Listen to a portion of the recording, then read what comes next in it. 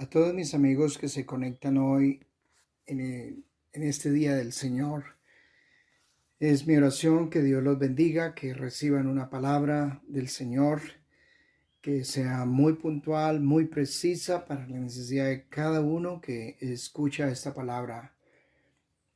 Oramos, Señor, para que nos bendiga, que nos revele, que nos abra el cielo y que por tu misericordia administre a la necesidad de cada uno con una palabra puntual, una palabra que sana, una palabra que crea, una palabra que trae esperanza donde no la hay.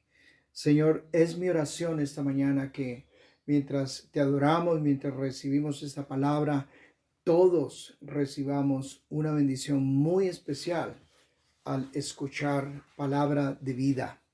A todos mis amigos les recuerdo que esta palabra que hoy ustedes reciben, la estamos subiendo en YouTube, que la escuchen después, que la comparta con amigos.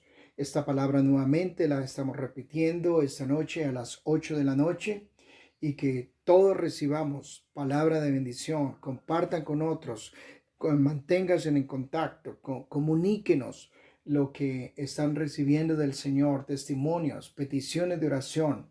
A todos nosotros unámonos en fe alrededor de la palabra. Estos son días donde necesitamos mucho construir una relación profunda de fe con el Señor y su palabra, una fe bíblica. Los días que vivimos son días difíciles, son días oscuros, y seguramente serán días que van a estar cada día más complicados, más difíciles, y necesitamos fortalecer la fe. En la escritura hay muchos modelos de fe, hombres y mujeres que se levantaron como paradigmas, como modelos de lo que fue la fe, un Elías, Hebreos está lleno de todos los testimonios de aquellos hombres que en el desierto le creyeron a Dios y a través de la historia de la escritura y del peregrinaje del pueblo con Dios, se levantaron hombres que le creyeron a Dios. Y Lucas nos registra sanidades, muchas sanidades, porque Lucas fue un médico que se preocupó mucho por las sanidades y, y nos registra muchos momentos de fe de personas que le creyeron a Dios por un milagro, como el leproso que le creyó a Dios que podía limpiarlo y sanarlo. Hoy vamos a estar mirando un personaje que no era ese tipo modelo de los religiosos de la época, era un centurión, un hombre que servía al imperio romano, un capitán del ejército, y hay un registro de su vida de fe. Y el registro es tan alto que el Señor lo llega a considerar que llega a ser un paradigma de fe para toda la nación de Israel. ¿Por qué este hombre queda registrado y con unas palabras de tanto elogio y exaltación del Señor que dice que no ha visto, no ha conocido en Israel un hombre con tanta fe, que no lo ha hallado? En Lucas capítulo 7 encontramos este registro. Y después que hubo terminado todas esas palabras al pueblo que le oía, entró en Capernaum. Y el siervo de un centurión, a quien éste quería mucho, estaba enfermo y a punto de morir. Cuando el centurión oyó hablar de Jesús, le envió unos ancianos de los judíos rogándole que viniese y sanase a sus siervos. Y ellos vinieron a Jesús y le rogaron con solicitud, diciéndole: es digno de que le concedas esto, porque ama a nuestra nación y nos edificó una sinagoga. Y Jesús fue con ellos. Pero cuando ya no estaban lejos de la casa, el centurión envió a unos amigos, diciéndole: Señor, no te molestes, pues no soy digno de que entres bajo mi techo, por lo que aún ni me tuve por digno de venir a ti. pero di la palabra y mi siervo será sano. Porque también yo soy hombre puesto bajo autoridad y tengo soldados bajo mis órdenes. Y digo a este, ve y va, y al otro, ven y viene, y a mi siervo, haz esto y lo hace. Al oír esto, Jesús se maravilló de él, y volviéndose dijo a la gente que le seguía, os digo que ni aún en Israel he hallado tanta fe. Y al regresar a la casa, los que habían sido enviados hallaron sano al siervo que había estado enfermo. ¿Quién era este hombre? Como lo hemos mencionado, fue un capitán del ejército romano, un centurión, manejaba unos 100 soldados, que era un equivalente a un capitán del ejército. Parece que era un hombre adinerado, construyó una sinagoga para la nación de Israel.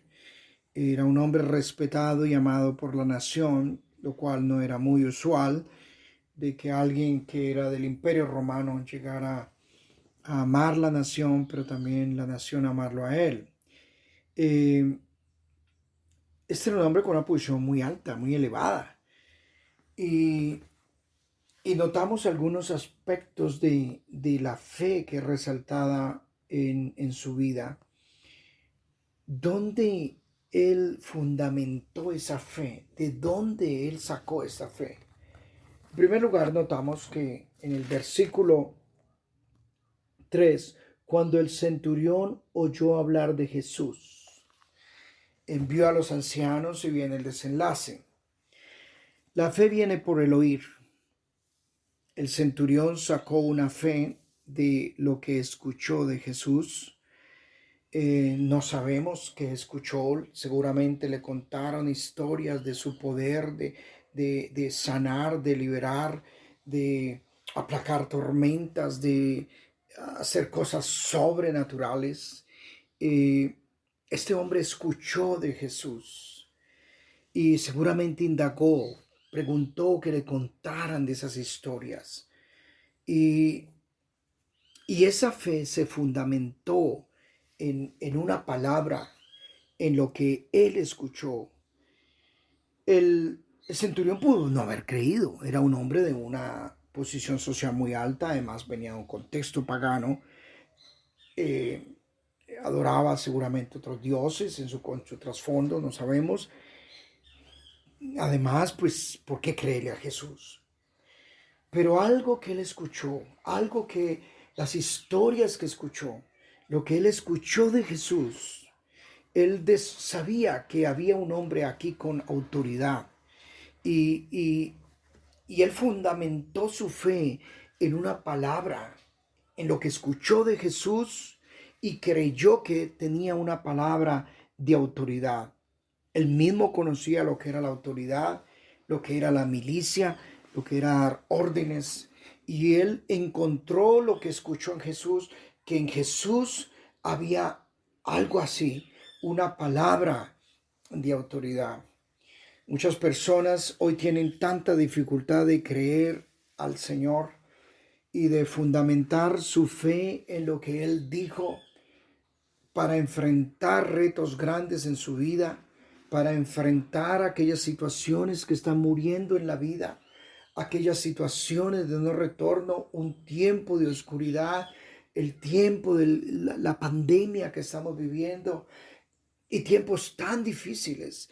Hoy muchos están luchando con su fe y parte de la lucha que ellos están expresando con su fe es porque sencillamente su vida no la fundamentaron en la palabra.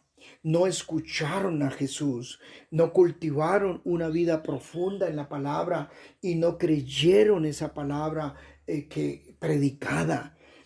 Muchas personas, su fe hoy en día ha sido fundamentada en unos cultos religiosos, en unas experiencias de cada 8 días que vivían y experimentaban, pero no en un fundamento serio, en un conocimiento de la palabra y ante todo de oír a Jesús, como fue la orden del Padre en el monte de la transfiguración. Escúchenlo a Él.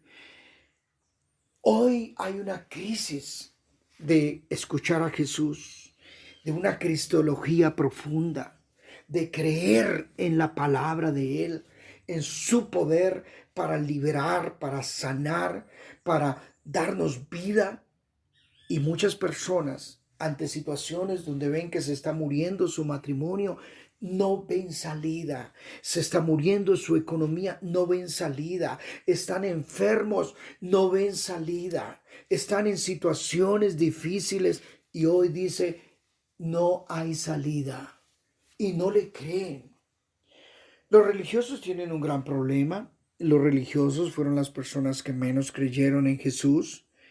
Paradójicamente conocían más la Biblia que todos, pero menos creían. Tristemente, entre más llegamos a conocer, menos creemos.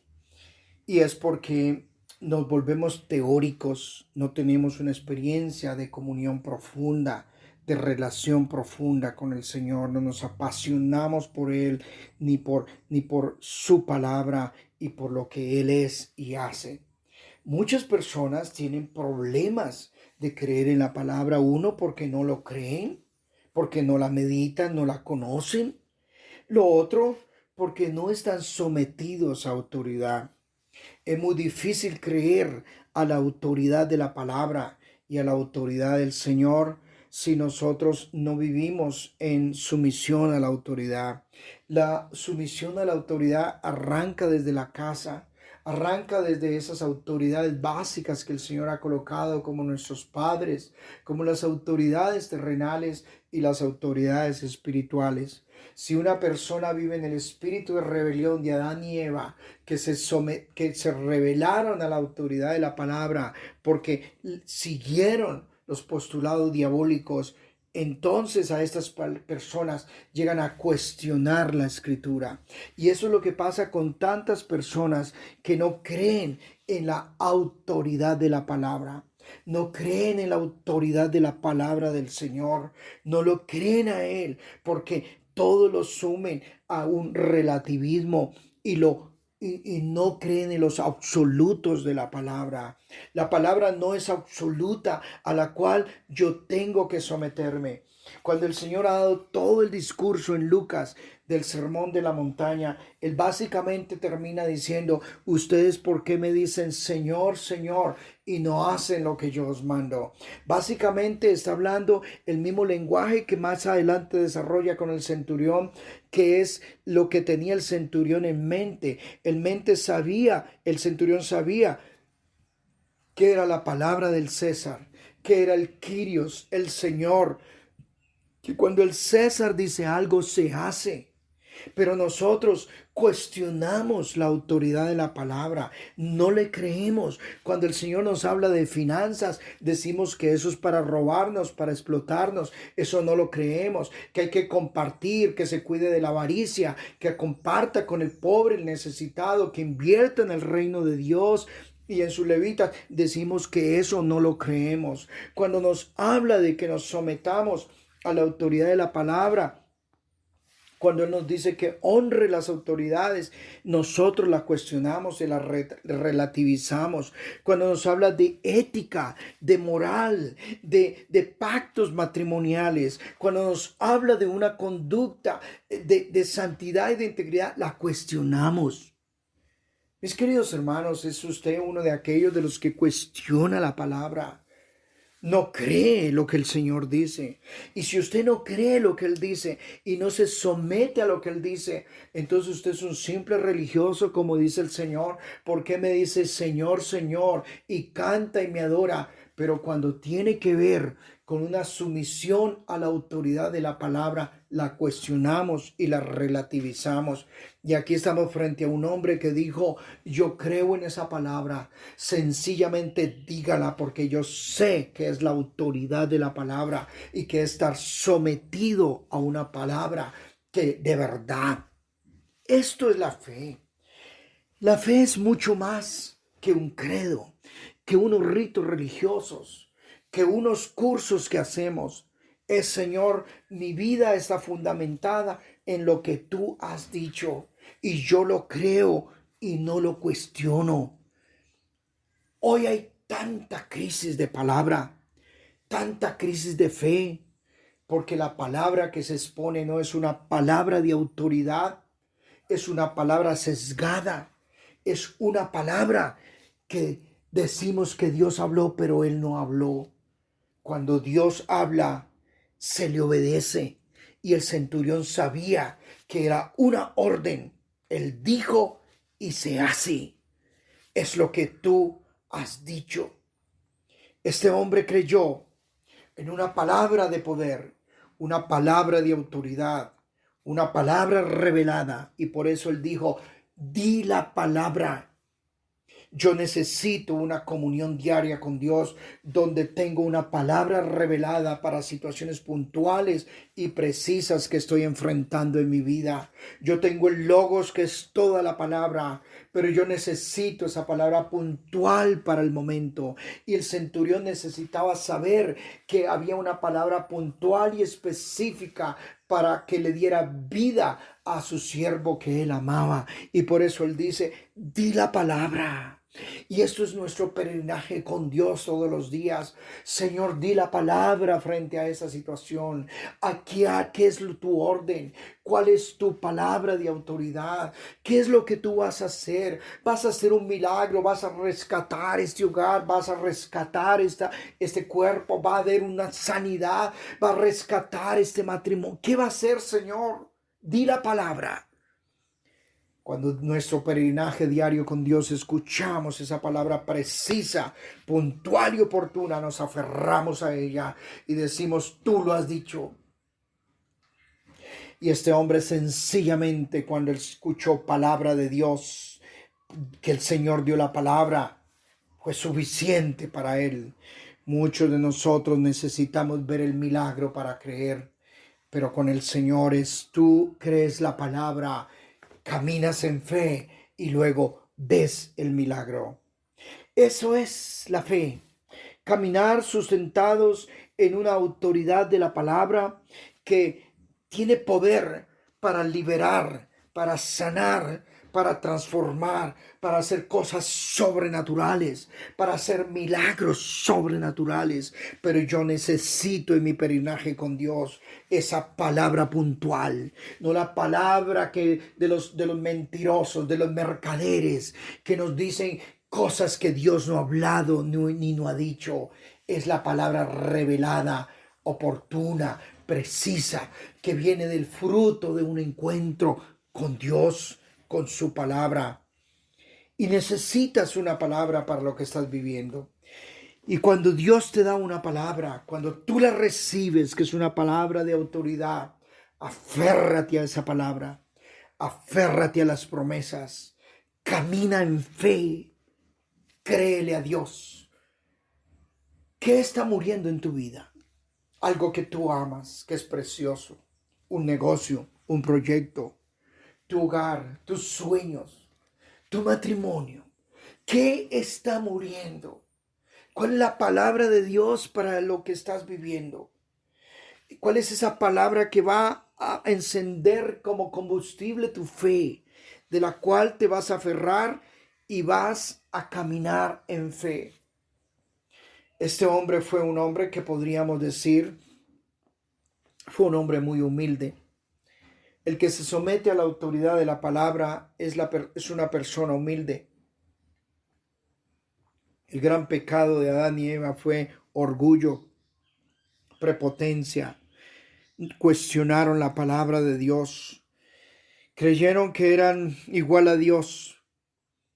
La persona altiva y prepotente es el orgulloso, el que no se somete a ninguna autoridad, ni se somete a la autoridad de la palabra. Y aquí hay un hombre con un estatus social muy alto, con un poderío económico, un hombre con soldados, pero reconoce que está frente a una autoridad superior. Reconoce que está frente al creador del cielo y de la tierra, al creador del imperio, al creador del César. Es un Quirios mayor que el César. Y frente a esa autoridad, él se humilla y dice, Señor, ni siquiera me consideré digno de que vinieras a mi casa.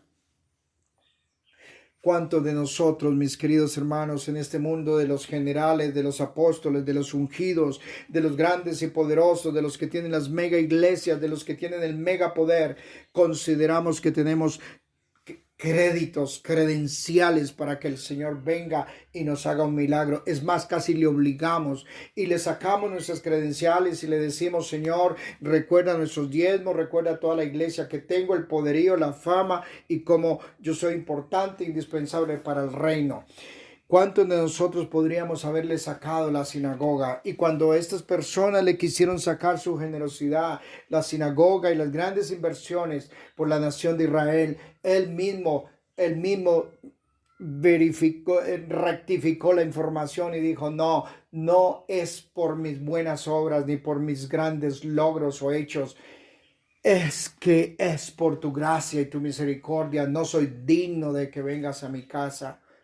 ¿Cuántos de nosotros creemos que somos dignos, que merecemos? Porque nos consideramos más santos que otros, más consagrados que otros. Nos consideramos más generosos. Nos consideramos que somos las personas a las cuales el Señor tiene que responderles inmediatamente a sus peticiones porque tenemos un rango y una autoridad espiritual. No, mis queridos hermanos, aquí hay un hombre que no era de un trasfondo religioso. Aquí hay un hombre que no tenía todo el bagaje espiritual de los religiosos, y mucho mejor, un hombre con un trasfondo pagano, pero que sencillamente con su autoridad que tenía, reconoció una autoridad superior a la de él y dijo: no soy digno que entres a mi casa. Ay, mis queridos amigos y hermanos, sería un gran honor y privilegio que el Señor en su gracia, en su misericordia nos visitara. ¿Cómo lo atenderíamos en nuestra casa? ¿Qué haríamos por Él? Nos postraríamos, daríamos lo mejor de nuestras vidas para Él, de nuestras ofrendas, nuestra entrega, nuestro sacrificio, o lo invitaríamos a decirle que nos tiene que dar más, que nos tiene que multiplicar el dinero, más propiedades, más riqueza, más avance para mi propio reino y para llenar los bancos. O le diríamos: Señor, aquí está todo lo que tú me has dado para tu reino, mis dones, mis talentos, lo que soy, Señor. Soy indigno de que vengas y me visites y me bendigas, Señor, con tu presencia. Este es un hombre que podríamos decir reflejó su humildad, pero también su humildad la expresó en que abogó, no por él. Este no fue un abogado de su propia causa. Muchos de nosotros logramos orar y ayunar para que el Señor me bendiga. Muy difícil de nosotros. Ayunaríamos y oraríamos y clamaríamos por nuestro sirviente, por la persona que nos sirve, por la persona humilde, la persona que no tiene voz, que no tiene estatus social, que no tiene posición económica, que no tiene grandes influencias. Muy pocos de nosotros abogaríamos por los que no tienen voz, por los marginados, y esto reflejó su carácter, aquel que se asocia con los humildes, aquel que invita a los que nadie invita a su casa, que les tiende la mano al marginado y al necesitado, y que lo hace por amor, porque dice que él lo amaba. Muy lejos estamos nosotros de una fe que se traduce en estas formas tan prácticas: humildad, sencillez, creerle, postrarse, abogar por los marginados. ¿Cuánto necesitamos hoy de esa fe? Esa fe que sale de los cultos religiosos, de las búsquedas económicas de los cultos, sino que es una fe que se sale y toca al marginado, al necesitado, al huérfano, le manda un mercado al que sufre, aboga por los que no tienen voz, que interceden delante del Padre por aquellos que necesitan ser escuchados, tocados y sanados. Esto es fe, esto es humildad, esto es el carácter del Señor que dejó su posición alta en el cielo, y como este comandante del ejército, este capitán, se despojan y se asocian con los humildes. Así lo hizo Jesús. Vino y se despojó y se asoció con nosotros y abogó por los que no tienen voz, abogó por los pobres, por los marginados, por los que sufren y necesitan aquí en la tierra. Ay, hermanos, por eso el Señor lo dejó como un paradigma. Yo no he visto en Israel una fe de esta, porque lo que veo en Israel es religiosidad, es avaricia, es explotación en los templos, olvidaron al huérfano, al viuda y el marginado y al necesitado. En Israel veo es una práctica religiosa distanciada de lo que fue el corazón, la justicia, la misericordia del Señor. ¿Por qué me llamáis Señor, Señor, y no hago lo que yo os mando? Mi querido hermano, que su fe sea como la del centurión, una fe que está sometida a la autoridad de la palabra, una fe que se postra, que se humilla, que le cree a Dios, que aboga por el marginado.